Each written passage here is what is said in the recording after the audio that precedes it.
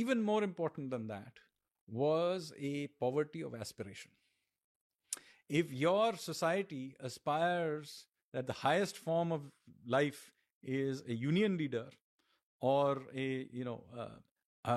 an adda intellectual, what in Kolkata is called an atel, and that is your aspiration, that you are sitting around smoking and having sipping your old monk and passing judgment on the rest of the world rather than doing anything. And smoking throughout the day. You can smoke. I personally have no problem with either of them, your health.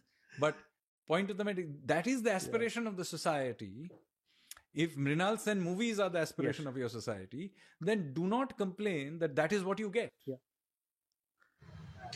কে সঞ্জীব সান্যাল কোন রাস্তা দিয়ে হাঁটা চলা করে, শিকড় ভুলে গেছে, বাঙালির ইতিহাস, বাঙালির ঐতিহ্য, বাংলা আজ যা ভাবে গোটা ভারতবর্ষ আগামীকাল তাই ভাবে।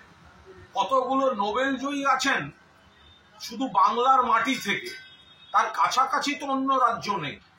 উচ্চাসার কথা বলছেন, প্রত্যেকটি ক্ষেত্রে সঙ্গীত, শিক্ষা, সাহিত্য, চিকিৎসা, বিজ্ঞান, গবেষণা, অর্থনীতি সবেতে ভারতের সেরা বাংলা থেকে বাঙালিরা, এবং সমস্ত বাংলার যে স্কিমগুলো আজকে অন্য রাজ্য নকল করছে।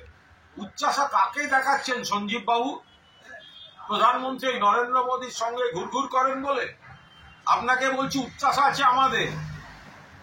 রাষ্ট্রপতি যেমন প্রণব মুখোপাধ্যায় বাংলা থেকে হয়েছে, প্রধানমন্ত্রী মমতা বন্দ্যোপাধ্যায় বাংলার ঘরের মেয়ে, বাংলার রাজনৈতিক কর্মীদের এটা উচ্চাসা। ফলে আপনার এই কথা, বাংলাকে অপমান করার কথা, আপনি কি ঘরের শিকড় ছেড়ে গিয়ে এই বহিরাগত জমিদারদের নায়েবগিরি করতে গিয়ে নিজের বাঙালি সত্তাটা হারিয়ে ফেলেছেন? আসুন একবার বাংলার মাটিতে আপনাকে ঘুরিয়ে দেখিয়ে দেব বাংলা কোনভাবে এখনো পর্যন্ত বাঙালিরাই দেশের বিপ্লবের যে সম্পদ, মেধা সম্পদ, চিন্তনের সম্পদ, এগিয়ে যাওয়ার সম্পদ, বাঙালিকে অপমান করবেন না, বাঙালিকে ছোট করবেন না। বহিরাগত জমিদারদের দালালি করছেন, করুন, কিন্তু বাংলাকে অপমান করার চেষ্টা করবেন না।